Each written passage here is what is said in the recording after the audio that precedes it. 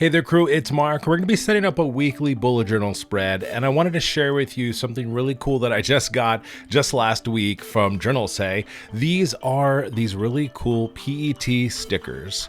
And, I've never really used a lot of these before, if I'm honest with you. PET tapes and stuff like that I'm familiar with, but honestly never used them. I used to like regular stickers. But these were so cool because, well, they fit inside the corners, and I really like this set as well. I'll link all of the products today down in the descriptions for you. But along with using those, we're going to use some stamps. We have our VersaFine ink, which is going to look really nice with the black of the ink that's on those PET tapes. And then, of course, we have our other products that we have. We have a pencil, and we also have our Tom Studio Lumos for our black lines that we're going to do as too. And you can't forget about Peanuts over here and Snoopy, a little page holder. I'm so new inside of this hemlock and oak in these first few pages that it's still like not evened out. So I find myself having to use clips on the corners to hold down my pages. And you know what? I'm fine with that. It looks really cool. So far inside of my hemlock and oak, I will tell you, I have enjoyed it, but I'll be honest with you, I knew when I did my pen test early on that the ink was going to possibly ghost through some of the pages, right? When I did my pen test, I saw some of it, and I was okay with it. But what I'm finding is that more and more as I'm using my journal, that I'm noticing it more here too. And it's, here and there, depending on the ink, how much ink is going on the page. I've even used washi tape to cover up some of the headers where it was really bad as well. So I'm finding some workarounds. It doesn't mean that I love it, but I kind of knew that it was going to happen because I tested it. But I'm not letting it hold me back. Like I said, I'm finding some alternative ways to get through with that. Today is a great example of that as we set out our page and start dividing it up and thinking about, how do we cover up some of this? We'll be using two sides of my page. This right-hand side will be for notes and tasks, which I'll kind of split down the middle and have kind of the left and the right-hand side for kind of all the notes that are going on. And then over on the left-hand side, we'll split it up just a little bit. And what I liked about these little dividers, kind of like an invisible line across these pages, I want to line a lot of these elements up across that grid, and that way just you look at it, you're like, oh, that's where the divider is. There are so many options and so many cool designs that are inside of here. You're just trying to find the one that like best fits or looks really cool on the page. So I'm going through a lot of these and I kind of already picked them out. The bottom right hand corner though, I'm like a little iffy on. I wasn't quite sure which direction I wanted to go because I love like the arrows and the numbers of these, but the problem is that the page number is down at the bottom, so maybe it's a little bit much, whereas the one that has like the 7, 8, 9 and those numbers, I can move around a little bit more, and I think it'll still look very cool. So I've placed everything out first because I want to make sure that it looks right before I take off the backing of these stickers and stick them to the ground. Also to make sure my space feels right. Do I have enough space for my top section, for my weekly overview and my task and my notes? So now that I have that all straight, it's time to go ahead and stick these to the page. I know about where they're going to go, and now it's all about just sticking them down. And to be honest with you, this can be the hard part for me since I bite my fingernails still. I can't break the habit. I find it really difficult. So I use a lot of these tweezers I've been using lately.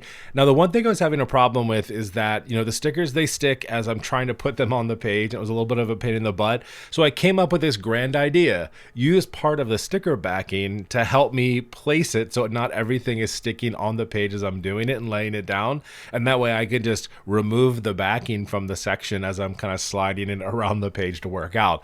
I personally feel like a genius for this. I'm sure many other people already do this, but I was just so proud of myself that I was like, Mark, this makes so much sense for something that has a longer sticker like this.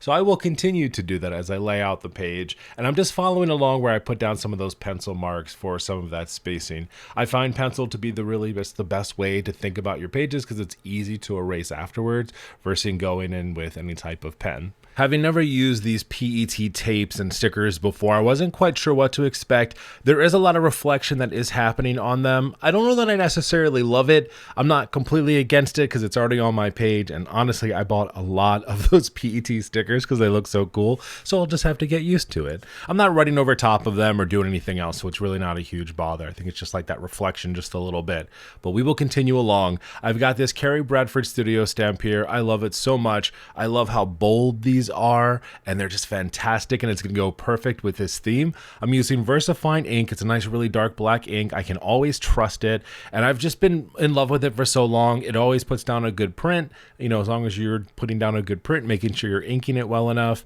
And I definitely have a lot of practice because, you know, using stamps is a lot of fun inside of your bullet journal. Early on, I really never really fooled too much with stamps, but I would say probably over the past 3 to 4 years, I've really just come to love it. It's so easy and fun to do. I've also gotten better about cleaning off my stamps. So using something like this scrubber block with a little bit of stamp cleaner is just so great. And I've really got myself into the habit of, as I'm using my stamps when I'm done, cleaning them right away versus trying to clean them all at the end. But it makes it so much worth it when you don't have a mess at the end. We've got some more stamps here. These are from Studio Calico, and I really like these for the little smaller headers that are on here. I didn't want anything too big and bold because I really want the PET stickers to stand out, all of these shapes and numbers, but I do need to have a little bit of label here. And since everything is looking so nice and crisp, instead of handwriting them, I'll go ahead and just stamp them down myself. So in the top left-hand corner here where we have the month, this is going to be for this week. This is usually the section where I'll do like a weekly overview. For myself, I'll put the top tasks that I need to focus on this week, anything major that's kind of like broadly covers the whole week. And then down below that, where this 520 area is, over here on the right just a little bit, I'll put tasks here. I love the way that this looks. You know, everything is connected but slightly disconnected, and it's great. And then over here on the right hand side of the page, there's this little tiny stamp that says noted. And at first I wasn't too sure about it, but I was like, nope, this all works together. We have all these geometric shapes and lines and everything else. I absolutely love it. Now, down the center of the page is the way that my pages work out for this B5 size inside of this hemlock and oak. It's 15 squares with 1 square in between. So it's 31 all the way across. So what I do usually is I'll just use like a highlighter and go down this space. But today, because we have all these other lines and numbers and cool things, I thought I'd do a little bit of like a pattern deal. On the left-hand side of that number 16 squares that are there, I'm going to draw a straight line. And then on the other side, I'm just going to skip every other square going down and just do a dotted line. This is just separating just a little bit. I like to have a nice visual separator on my pages, especially when they're this big. Otherwise, I tend to write too long and then it goes across the page and then it's uneven and then I'm sad. So everything's looking great. I'm not going to add anything extra to this page. I have a really, really bad habit of always doing that. I'm like, okay, I like this design. What more can I add? Everything is here though, what I need. I have my top section for my weekly overview, areas for tasks, area for notes over on the right-hand side. I'm really kind of using all my space. And when I talk about designing out your pages, you know, the other thing I like about these tapes, I didn't have to hand draw all of that and hand stamp all of that. It took me, you know, less than 10 seconds to stick down. And then I have these really cool visuals. And then I've already thought about my space and kind of visually gridded it out. Or like I said, use a pencil to kind of space it out a little bit to make sure it works for you.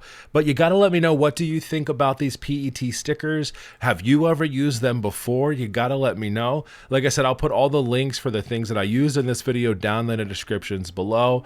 But this was a super fun weekly. I can't wait to get into it, start running things inside of here, and just having a great time. All right, friends, I'll talk to you next time. See ya.